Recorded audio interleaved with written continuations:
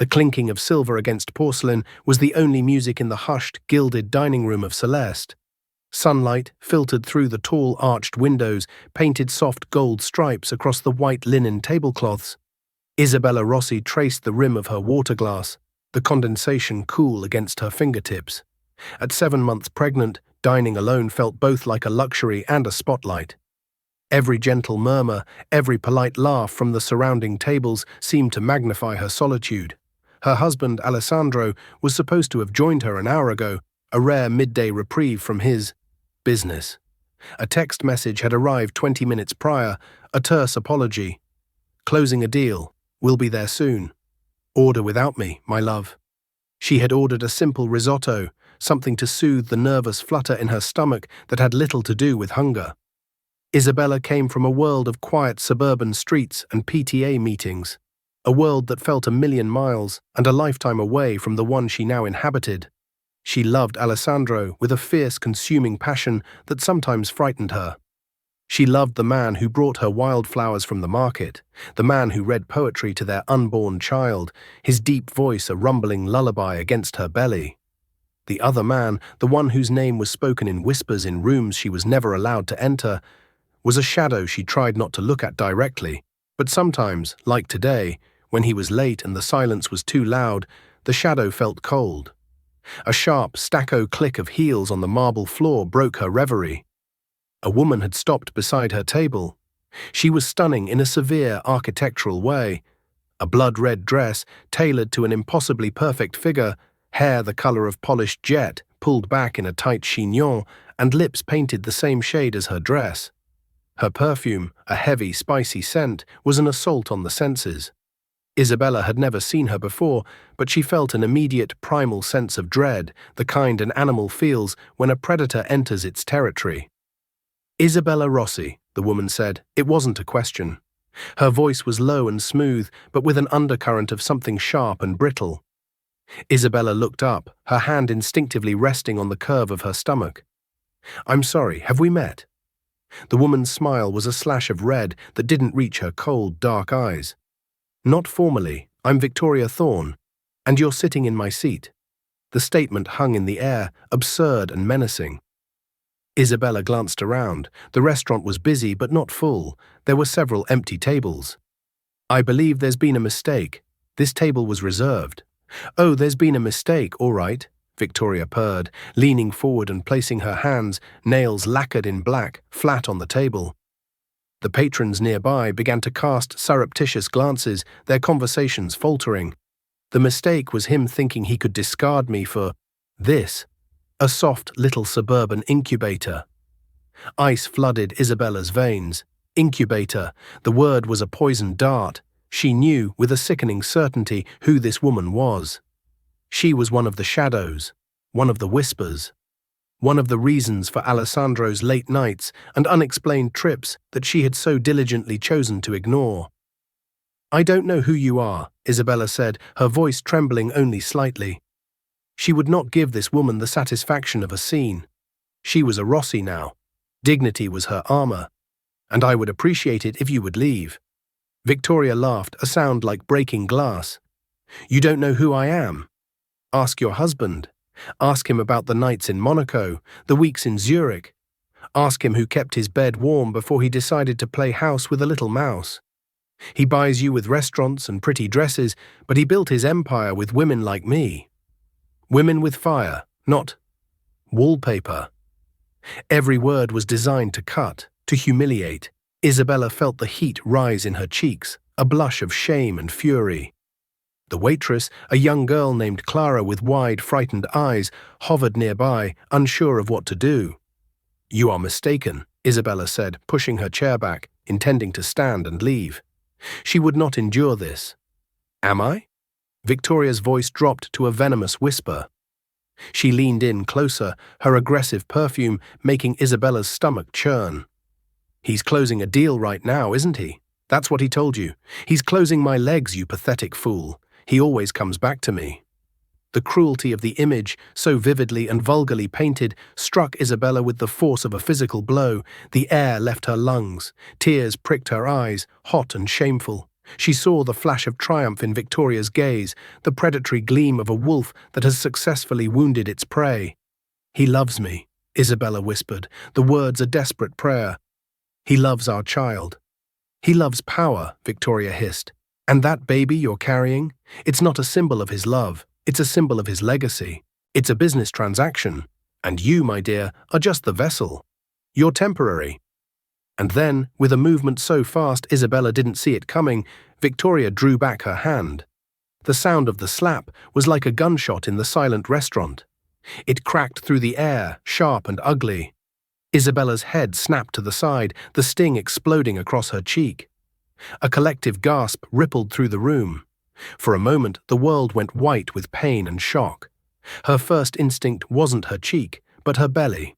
Both her hands flew to cradle her child, a shield against this sudden, vicious violence. Tears streamed down her face, born not just of pain, but of utter soul-crushing humiliation. Victoria stood over her, breathing heavily, her chest rising and falling, her red lips curled into a triumphant sneer. She had won. She had broken the perfect, poised wife, but her victory lasted only for a second. A cold draft swept through the restaurant, though the door hadn't opened.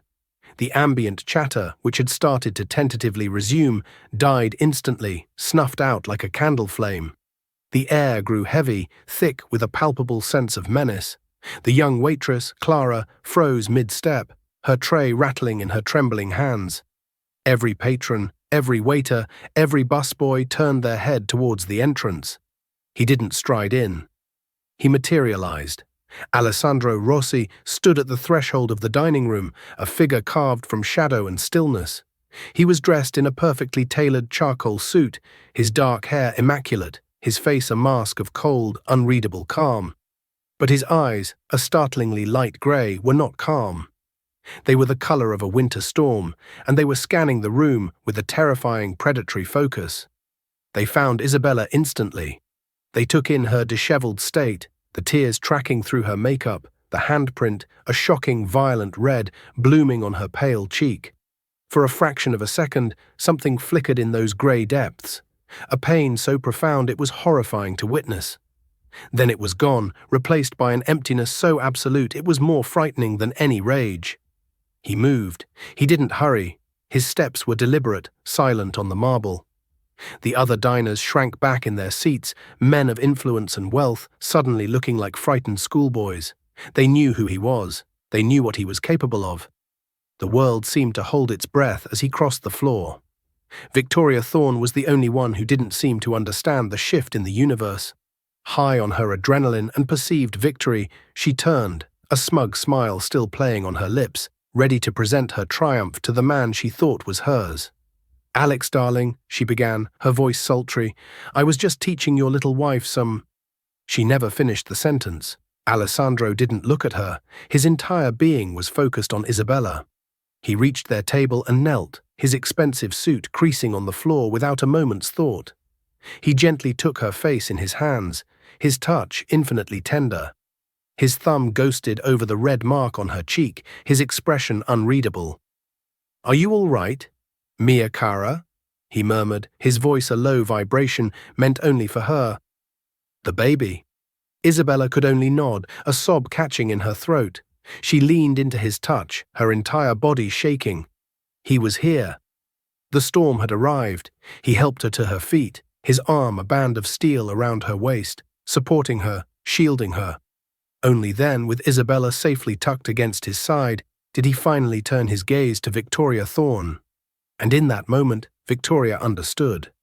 The smugness evaporated from her face, replaced by a dawning, sickening horror. The man looking at her was not the passionate lover she knew from hotel suites and clandestine meetings. This was not Alex. This was Alessandro Rossi, the head of the Rossi syndicate, a man who didn't tolerate mistakes, let alone betrayals. The emptiness in his eyes was not a lack of emotion. It was a promise of a void. "You," he said. The single word was not loud, but it cut through the silence like a shard of ice. "You touched my wife." It was a statement of fact, delivered with the finality of a death sentence.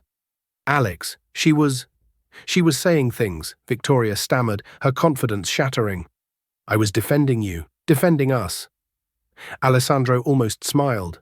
It was a terrifying sight, a mere twitch of his lips that held no warmth, no humor. It was the smile of a predator enjoying the final panicked struggles of its prey. Us, he repeated softly. There is no us, Victoria. There was you, a convenience, a diversion, a body I rented from time to time when I was bored. You were a transaction. Nothing more.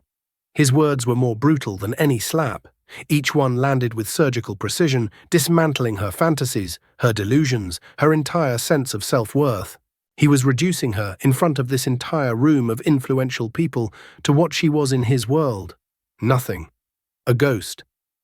But you said you loved me, she whispered, her voice cracking, her painted-on bravado crumbling to dust. I have never used that word with you, he stated, his voice flat and devoid of any emotion. You heard what you wanted to hear. You saw a door you thought you could walk through. But you misunderstood. That door was never for you. It leads to my life. My real life. He gestured with his chin towards Isabella, who was watching, pale and silent, from the shelter of his arm. She is my life. Everything else is business. He took a step towards Victoria. She flinched, stumbling back a step. You made 2 mistakes today, Alessandro continued, his voice dropping even lower, becoming a conspiratorial, chilling murmur that seemed to fill the entire room. Your first was believing you had any value to me beyond the physical. A foolish, common mistake. But your second... He paused, letting the silence stretch, letting the fear build in her eyes. Your second mistake was laying a hand on what is mine. You did not just slap my wife, you declared war on my world. You threatened my legacy, you threatened my son. His hand came up, not with the wild, emotional rage of Victoria's attack, but with a cold, calculated speed. The motion was fluid, economical, and utterly final. The slap he delivered wasn't loud like hers had been. It was a dull, heavy thud. It was the sound of impact, of bone against bone. Victoria's head didn't just snap to the side, her entire body was thrown off balance. She staggered backwards, crashing into a neighboring table, sending glasses and silverware scattering to the floor with a deafening clatter. She crumpled into a heap amidst the debris, a stunned animal cry of pain escaping her lips. A thin trickle of blood appeared at the corner of her perfect red mouth. But the physical blow was the least of it. The real devastation was in his eyes as he looked down at her broken form. There was no anger there, no hatred. There was nothing. It was the look one gives to a piece of trash before it's swept away. He had not just hit her. He had erased her. He turned away from her as if she no longer existed. He adjusted his suit jacket, the picture of composure. He guided Isabella towards the exit, his movements smooth and unhurried. As they passed the Maître D, a man frozen in terror by the door, Alessandro paused. My apologies for the disturbance, Jean-Pierre, he said, his voice returning to a calm, conversational tone. Send the bill for the damages to my office, and a bonus for your staff's discretion. He then added, his voice dropping to steel, and ensure that Ms. Thorne is removed. I never want to see her in this city again. I never want to hear her name again. Is that understood? The maitre d' could only nod, his face ashen. As Alessandro Rossi guided his pregnant wife out of the restaurant and into the waiting black sedan, Victoria Thorne was left on the floor, a broken doll in a blood-red dress, surrounded by the wreckage of her life. The slap had been swift, but the consequences would be eternal. She hadn't just been slapped. She had been cast into an oblivion of her own making, a social and financial afterlife from which there would be no return. The ride home was a cocoon of tense silence. The city slid past the tinted windows of the Rolls-Royce, a blur of anonymous lights and faces. Isabella sat pressed against the plush leather, not touching her husband, though he sat only inches away. She stared at her own hands, clasped tightly over her belly, as if they were the only solid things in a world that had just tilted on its axis. The sting on her cheek had subsided to a dull, throbbing ache, a physical reminder of the afternoon's ugliness. But a deeper, colder ache was spreading through her chest. She had seen him angry before. She had witnessed his flashes of temper, the sharp words that could make a subordinate wither, the chilling stillness that preceded a difficult business decision. But she had never seen this. The man in the restaurant was a stranger. The cold, methodical way he had dismantled Victoria, verbally and physically, was not the act of a jealous husband protecting his wife. It was the act of a king purging his kingdom of a traitor. It was efficient, absolute, and utterly terrifying. "Isabella," Alessandro said finally, his voice soft, but it made her jump. She didn't look at him. She kept her eyes on her hands. "Don't. Let me see your face," he insisted, his tone gentle but firm. Reluctantly, she turned to him. In the dim light of the car, his grey eyes were dark with concern. He reached out, his fingers tracing the faint red mark on her cheek. She flinched, not from pain, but from the memory of his hand striking Victoria with such brutal finality. He saw her flinch, and his hand dropped. A shadow of pain crossed his own features. "She will never bother you again," he said. It was a vow. "She will cease to exist." "Cease to exist?" Isabella repeated, her voice hollow. "What does that mean, Alex? What did you do?" "I removed a threat," he said simply, as if discussing an insect that had been swatted. "She threatened you. She threatened our son. In my world, such threats are not tolerated. They are eliminated. This is not a world, Alex. This is a restaurant." "It was a public place, full of people," she whispered, her voice rising with a frantic edge. You acted like a monster." The word hung between them, ugly and undeniable. He didn't deny it. He simply watched her, his expression unreadable. "Sometimes," he said after a long moment, "it is necessary to be a monster to protect the things you love from other monsters." "She was a woman," Isabella cried, the dam of her composure finally breaking. "A cruel, horrible woman, yes, but just a woman. You destroyed her." "She was a viper I allowed in my garden for too long," he countered, his voice hardening. "Today she tried to bite you. I will not apologize for cutting off her head." The coldness of his logic was more chilling than any shout. Isabella sank back into her seat, wrapping her arms around herself. She was cold, so cold. This was the part of him she had tried so hard not to see. The part that her parents had warned her about, the part that her own common sense had screamed at her to fear. She had convinced herself that his love for her existed in a separate sphere, a protected bubble away from the darkness of his profession. But the events at Celeste had shattered that illusion. The darkness wasn't separate. It was the very thing that funded their beautiful life, the thing that now promised to protect her and their child. The monster and the husband were one and the same. When they arrived at their opulent penthouse overlooking the city, the silence followed them. Their home, usually a sanctuary of warmth and light, felt like a gilded cage. The staff moved around them with downcast eyes and silent feet, sensing the tension that radiated from their master and mistress. Alessandro led her to their bedroom and had her sit on the edge of the bed. He returned a moment later with a first aid kit, his movements surprisingly gentle as he cleaned her cheek with an antiseptic wipe. The clinical sting was nothing compared to the turmoil inside her. "I have to ask," he said quietly, his focus on his task. "Was this the first time?" Isabella froze. The question was a door to a truth she had been hiding, a secret she had kept to protect him, to protect them. "What do you mean?" she deflected, her voice weak. He stopped what he was doing and met her eyes. His gaze was intense, searching. "Don't lie to me, Isabella. Not now. Has she contacted you before?" A tear escaped and traced a path down her other cheek. She nodded, a small, defeated gesture. "Phone calls," she whispered. "Voicemails, a few weeks ago. They were vile. She said things like she said today." Alessandro's jaw tightened, a muscle jumping in his cheek. The calm he had maintained since the restaurant was beginning to crack. "And you didn't tell me? Why?" "Because I knew you would do this," she said, her voice gaining strength. "I knew you would react like this. I didn't want this violence, to touch our lives, our home.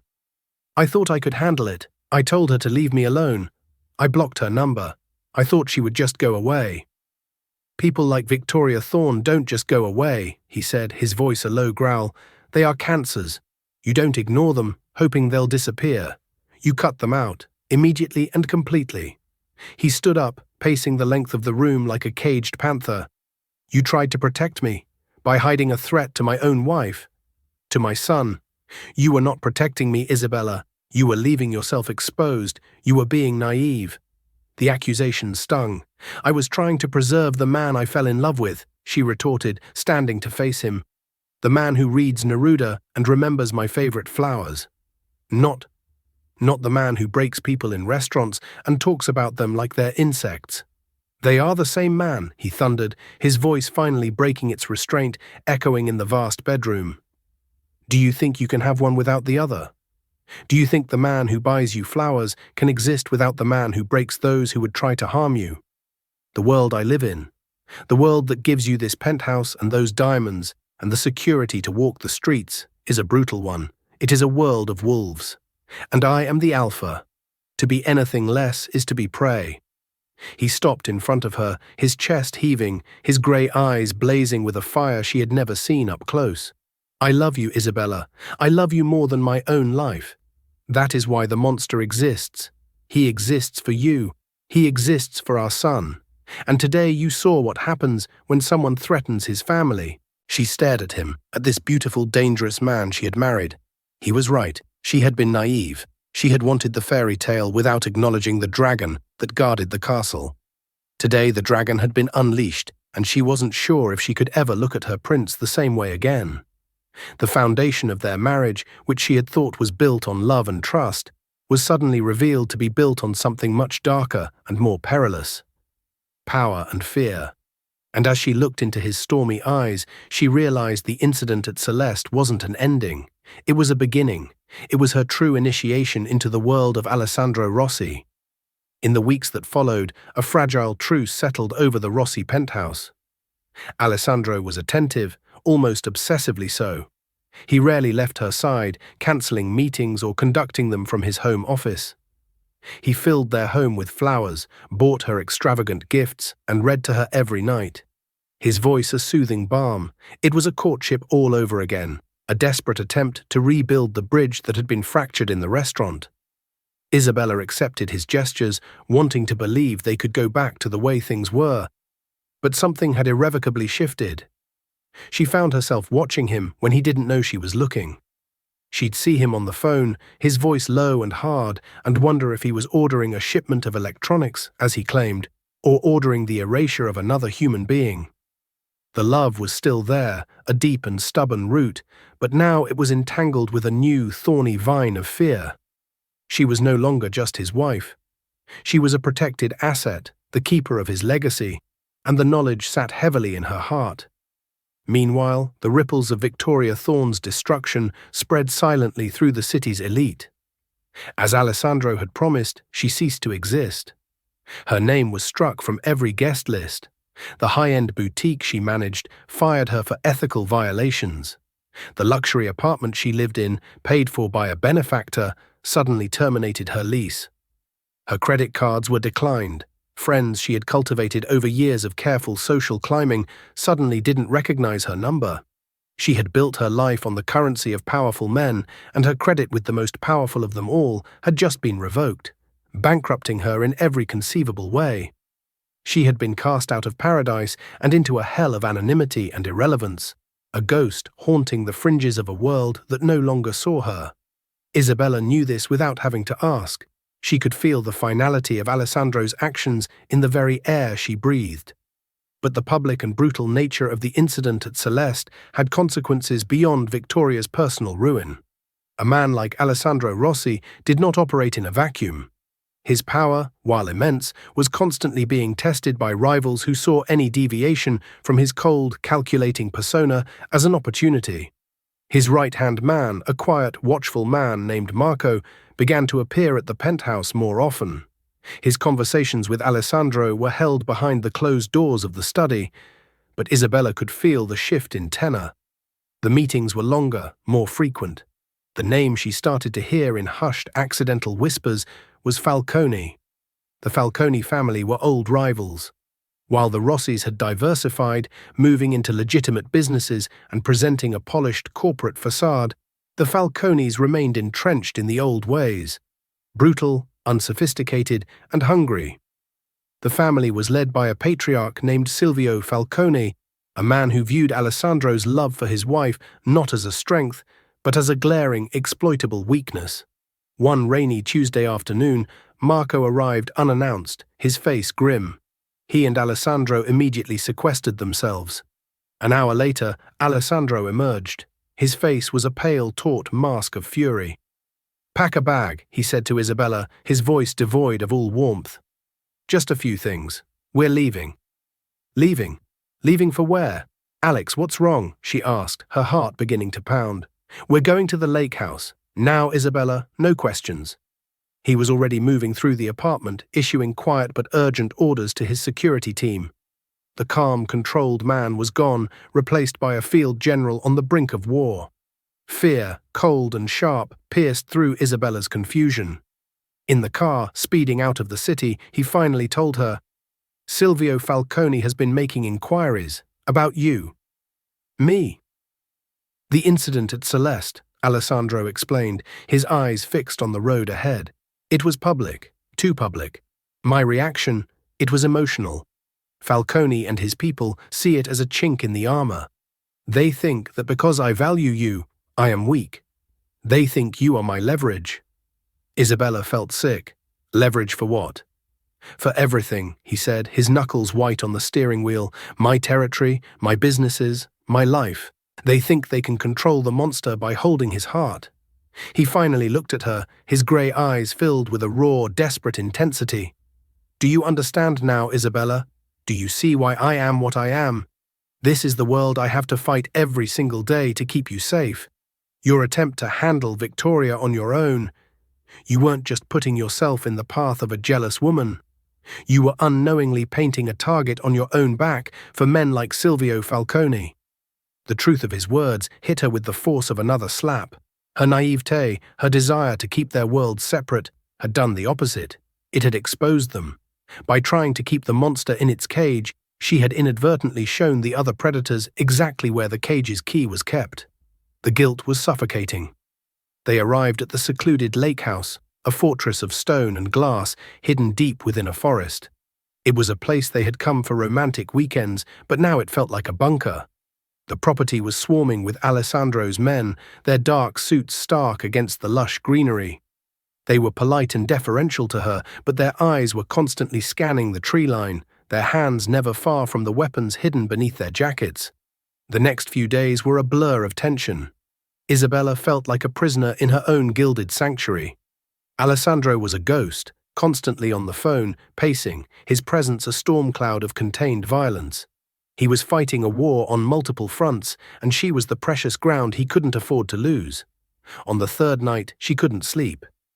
The baby was restless, and her own mind was a maelstrom of fear and regret. She padded out of the bedroom and found Alessandro in the main living area, staring out at the moonlit lake. A half-empty glass of scotch sat on the table beside him. "You should be sleeping," he said without turning around. "So should you," she replied, coming to stand beside him. She wrapped her arms around his waist from behind, resting her cheek against his strong back. He was tense, coiled like a spring. "This is my fault." "No," he said, his voice rough. "This is my fault. I brought you into this world. I should have protected you better." "You can't protect me from everything, Alex," she said softly. "I have to be able to protect myself too. To protect us." She paused, then said, "I'm not the same woman who walked into that restaurant a few weeks ago. I was soft. I was wallpaper, like she said. I see that now." He turned in her arms, his hands coming up to cup her face. "You have never been wallpaper, Isabella. You are the entire gallery." "Then let me help," she pleaded, looking into his tired eyes. "I'm not a soldier. I can't fight like you. But I'm not stupid. I'm your wife, your partner. Stop treating me like a porcelain doll that might break. Tell me what's happening. Let me in." For a long moment he just looked at her, a battle waging behind his eyes. Then something in him seemed to yield. He led her to the sofa and began to talk. He told her about Falcone's operations, his weaknesses, the political ties he was trying to leverage. He spoke of supply chains, of loyalties, of the delicate and brutal dance of power that was their life. He didn't soften the edges or hide the ugly truths. He treated her not as a fragile liability, but as his queen, his counsel. As she listened, a strange calm settled over Isabella. The fear didn't vanish, but it was joined by a new, steely resolve. She was the wife of Alessandro Rossi. She was the mother of his heir. She would not be a victim. She would not be leverage. She would be a fortress. She asked questions, sharp and insightful ones that surprised him. She had paid more attention to the periphery of his world than he had ever realized. She remembered names, connections, fragments of conversations she had overheard. An idea began to form in her mind, a plan that had nothing to do with guns or violence, but with the subtle, insidious warfare of information and social disgrace. A world she understood far better than he did. "Silvio Falcone has a daughter," Isabella said suddenly, her eyes bright with a new kind of fire. "Angelina. She's a socialite, very active in the city's charity circles. I've met her a few times." Alessandro looked at her, intrigued. "Go on." "She is his pride and joy," Isabella continued, her voice gaining confidence. "But she has a secret, a rather expensive one. She has a gambling problem, a big one. And she's been covering her debts with money from a foundation her father set up for underprivileged children." Alessandro's eyes widened slightly. "How do you know this?" "Women talk, Alex," she said with a small, sharp smile, "especially when they think no one important is listening. I have the name of the bookie she uses. I have the dates she's missed payments. We don't need to start a war in the streets. We can end this by making one phone call, not to a soldier, but to a journalist." Alessandro stared at her, a slow, genuine smile spreading across his face for the first time in days. It was a smile of pure, unadulterated pride. He saw her then, not as the innocent girl he'd plucked from a simple life, but as the formidable woman she had become. The queen to his king. "My brilliant, brilliant wife," he murmured, pulling her into his arms. The kiss he gave her was not just one of passion, but of respect. It was the kiss of a true partner. The war with the Falcones didn't end with a bang, but a whimper. An anonymous tip led to a major newspaper exposé on the Falcone family's charity fraud. The scandal was immense. Silvio Falcone, the old-world patriarch who prided himself on honor, was publicly humiliated. His political connections evaporated overnight. His organization, destabilized from the top down, began to crumble as federal investigators swarmed. He was too busy trying to save his daughter from prison and himself from ruin to worry about the Rossi empire. The threat was neutralized, not with a bullet, but with a perfectly aimed piece of information. They returned to the penthouse a week later. The city was the same, but they were different. The line between Alessandro the husband and Alessandro the monster had blurred, and Isabella found she was no longer afraid. She had seen the purpose of the monster, and she had discovered a different kind of strength within herself. One evening, months later, Isabella was in the nursery, folding tiny clothes and placing them in a drawer. The baby was due any day. Alessandro came and stood in the doorway, watching her. The room was bathed in the soft glow of twilight, peaceful and serene. "Marco delivered a final report on the Thorn situation," he said, his voice quiet as he entered the room. He held a thin file. "I thought you might want to see it." "For closure." Isabella paused, her hand smoothing a small cashmere blanket. She turned, her expression calm. "Read it to me." He opened the folder, his voice a low monotone as he recited the cold facts. Subject: Victoria Thorn. Post-incident status: all financial assets frozen, lines of credit terminated, evicted from residence, employment terminated, blacklisted from all social and professional organizations within our sphere of influence. He paused, his eyes scanning the page. Further attempts to leverage former connections met with universal rejection. Last seen attempting to use her name at the concierge of the Grand Hotel. Security was called. Currently residing in a weekly rate motel on the industrial outskirts. She is a non-entity. Isabella listened, her face betraying no emotion. She was a lesson, not a person. A cautionary tale written in the ink of her own arrogance. And her connection to the Falcone matter. The report confirms her attempt to sell information to Silvio Falcone, shipping manifests, warehouse locations. Low-level intelligence, but still a breach. He looked up from the page, his grey eyes searching her face. Falcone had her thrown out, called her damaged goods. Her arrogance was her downfall. She thought she was a queen, but she was only ever a pawn. Once she was off the board, she had no value to anyone. She was never a queen, Isabella said softly, turning back to the dresser. She was just a reflection in a king's mirror. When the king turned away, she disappeared. She folded the blanket with meticulous care. She chose her fate the moment she decided another woman's humiliation was her victory. Alessandro closed the folder, the soft click echoing in the quiet room. He watched her for a long moment, a thought turning over in his mind. I find myself wondering, mia cara. The information on Angelina Falcone, it was too precise. The bookie's name, his location, the exact figures of her debt. That doesn't just fall from the sky during charity luncheon gossip. Isabella turned back to him, and the look in her eyes was one he'd never seen before. It was not the soft gaze of the woman he'd married, nor the fearful one from the weeks after the incident. It was the cool, assessing gaze of a strategist, calm and clear as glass. "You're right, it doesn't," she said. "That day in Celeste, Victoria called me wallpaper. And in a way, she was right. I was a decorative, quiet addition to your life. After that day, I decided I would no longer be the decoration. I would be the walls themselves. You built your walls high, Alex. But you forgot that the most dangerous threats don't climb walls. They are invited inside." "What are you saying?" he asked, his voice a low murmur, a thrill of unease and profound admiration running through him. "I am saying that your power comes from fear and force. It's a storm. But there is another kind of power. The power of being invisible," she explained, walking toward him. "The other wives, the mistresses, the socialites, they all talk. They complain, they boast, they let secrets slip like loose pearls because they assume the quiet, pregnant Mrs. Rossi isn't paying attention. They saw me as a tragic figure, one of them. So I listened. And I remembered. And Jean-Pierre at Celeste," Alessandro prompted, a dawning realization in his eyes. The bonus was one thing, but loyalty like that isn't bought so cheaply. Isabella allowed herself a small, triumphant smile. "The day after the incident, I looked into him. I discovered his mother needed a cardiac specialist, one her insurance wouldn't cover. So I had a grant made from the Rossi Children's Foundation to the hospital, an anonymous donation to cover the costs of her entire wing for a year. I never spoke to him about it. I just sent a personal, handwritten thank you for his staff's professionalism.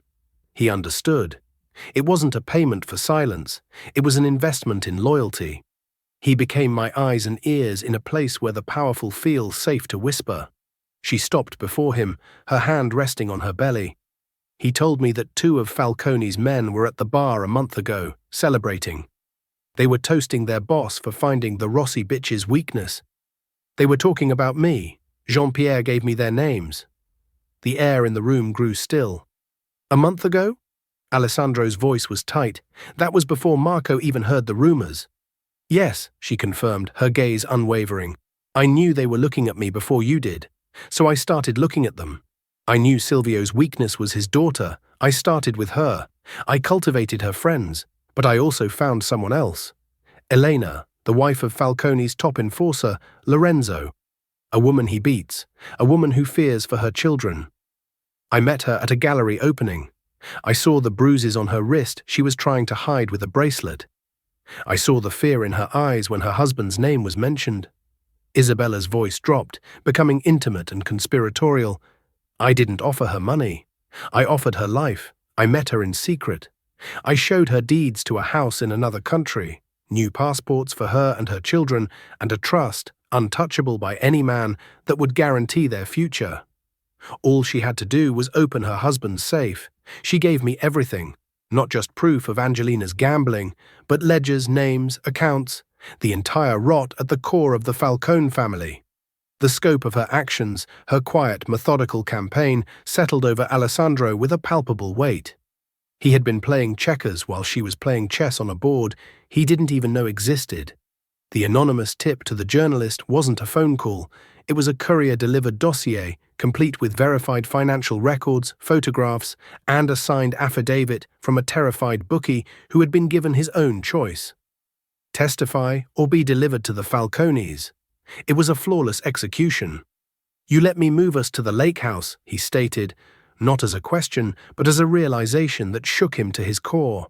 You let me believe I was taking control, that I was protecting you. You were, she said, her voice softening as she reached up to touch his cheek. You were protecting our bodies.